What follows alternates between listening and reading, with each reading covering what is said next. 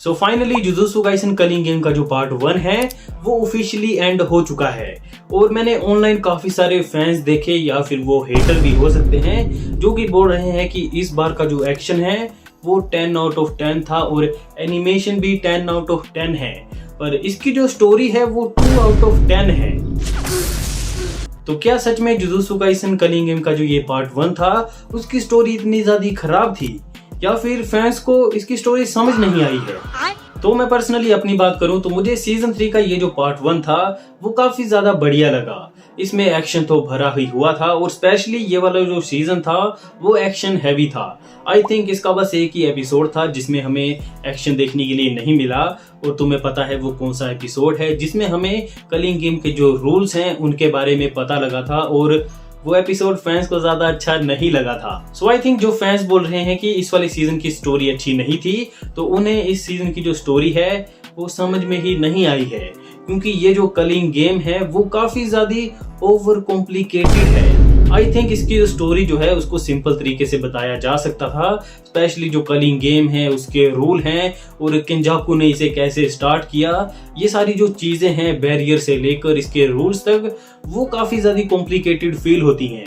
पर I think यार ये सीजन काफी ज्यादा बढ़िया था, इसकी स्टोरी भी ठीक ही थी। अभी तक तो ये जो किंजाकू का प्लान है वो स्टार्ट ही हुआ है और स्पेशली इसके पार्ट 1 में हमें ज्यादातर जो कलिंग गेम के न्यू प्लेयर्स हैं उनके बारे में पता लगा और जो न्यू प्लेयर्स हैं उनकी पावर के बारे में पता लगा और स्पेशली मुझे हिगेरुमा हो गया या फिर ये वाईफाई वाला गाय हो गया, इसके अलावा भी काफी सारे न्यू कैरेक्टर थे जो कि हमें इसके लास्ट एपिसोड में देखने के लिए मिले, वो काफी ज्यादा बढ़िया थे। और मुझे ये बात समझ नहीं आ रही है कि फैंस कैसे बोल सकते हैं कि इसकी स्टोरी बिल्कुल भी अच्छी नहीं है, क्योंकि इसमें काफी सारे जो हमारे न्यू कैरेक्टर इंट्रोड्यूस हुए हैं हमें उनकी बैक स्टोरी देखने के लिए मिली। लगभग जितने भी मेन कैरेक्टर थे उनकी हमें बैक स्टोरी देखने के लिए मिल गई।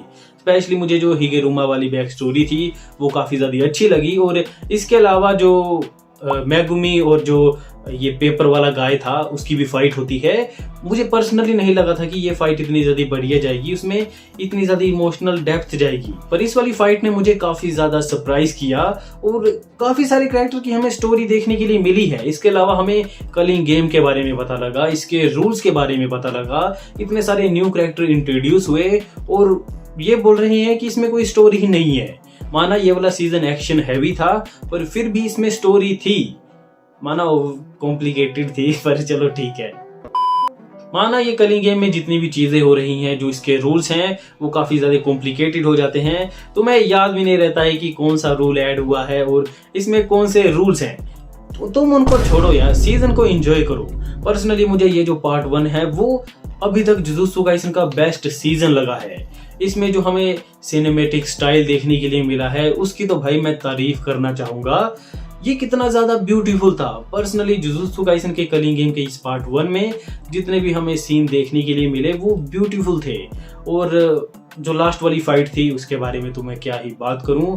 यूता और इन स्ट्रॉन्गेस्ट सोर्सर की जो फाइट हुई है वो अभी तक मेरे हिसाब से जुजुत्सु काइसन की बेस्ट एनिमेटेड फाइट है।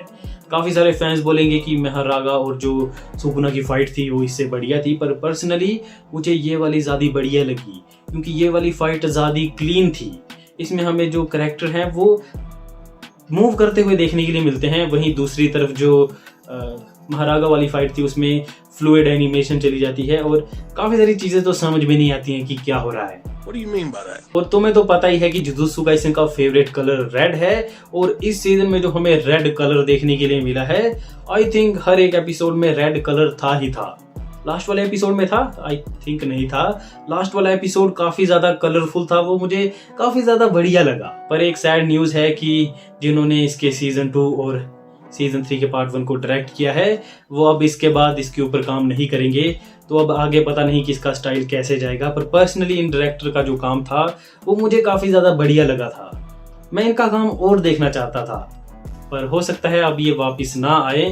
तो देखते हैं अब नेक्स्ट डायरेक्टर इसके पार्ट 2 के साथ क्या करता है। और इसके पार्ट 2 की बात करें तो मेरा दिमाग घूम चुका है। कहीं पर मैंने देखा कि इसके सीजन 4 की अनाउंसमेंट हो चुकी है और मैं ये सोच रहा हूँ कि इसके सीजन 4 की अनाउंसमेंट कैसे होगी, क्योंकि अभी तक तो सीजन 3 का पार्ट 2 भी नहीं आया। क्या हो रहा है ये, मुझे कमेंट सेक्शन में कंफर्म करो। और आप मुझे कमेंट सेक्शन में बताओ कि आपको जुजुत्सु काइसन कलिंग गेम का पार्ट 1 कैसा लगा। पर्सनली मेरे हिसाब से ये एब्सोल्यूट सिनेमा था और इस बार के सीजन की मैं बोलूँगा मेरी फेवरेट एनीमे रही है।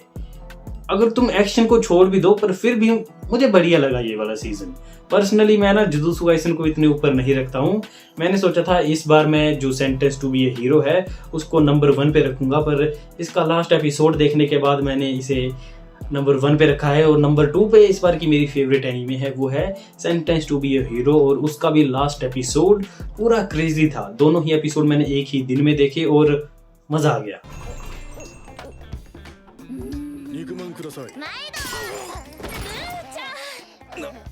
आज के लिए फिलहाल इतना ही। आपकी तरह मैं भी मायूस हूँ, लेकिन उम्मीद पर दुनिया कायम है।